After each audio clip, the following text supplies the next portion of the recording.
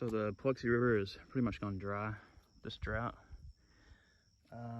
What's cool is about our river is what you'll find in the river. Just sweep a little bit of the dirt and dust away. And this is what you'll find.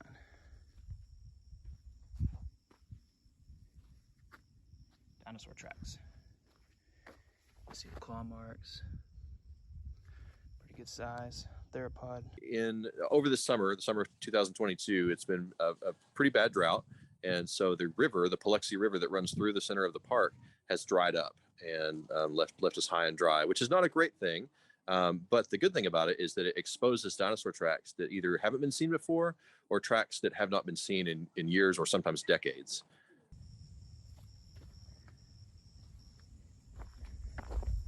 These are awesome, awesome tracks. And these are normally underwater, so you don't usually get to see these. There's a few different dinosaurs that walked this area at that time. The tracks that most people are excited about, they've seen the video or the pictures of the three-toed tracks. They look a lot like a Tyrannosaurus Rex track, but this animal lived almost as far behind Tyrannosaurus Rex as Tyrannosaurus Rex is behind us in time.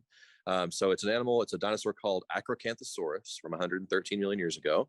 It was a bipedal, two-legged carnivore, small arms, very much like a Tyrannosaurus Rex, but a little bit smaller.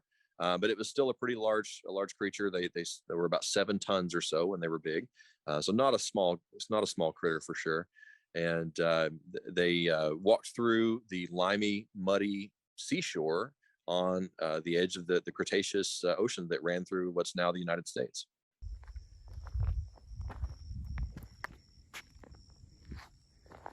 There's tons of them.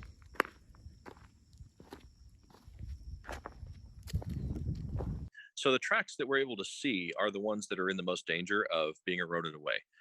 What protects these tracks, they were laid down as a dinosaur walked on these muddy seashores. And then within a few days or possibly a few weeks, sometime in the not too distant future from when they were put there, a flood covered it over with sediment.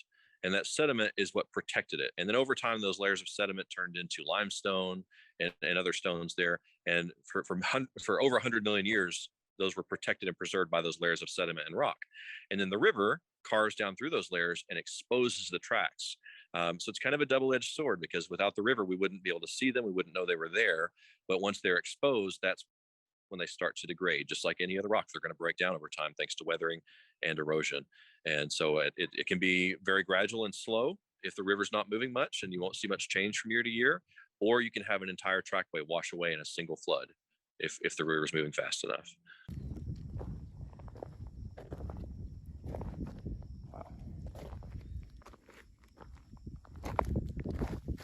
This size, some big claws.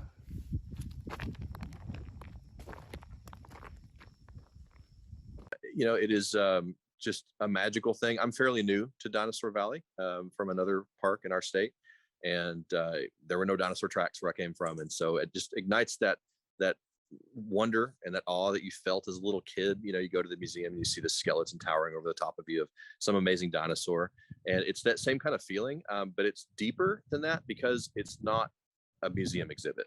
And it makes me feel like when I look at this, I can look at a trackway of dinosaur tracks that are 113 million years old, and running right next to it could be a deer track or a raccoon or a great blue heron with tracks that look a little bit dinosaur-like because they're birds.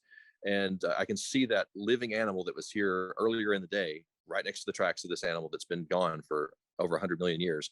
And it just brings home to me that this is a real animal. This is a creature that really lived and walked the earth. It wasn't just in a movie when I was a kid. And so that's pretty special.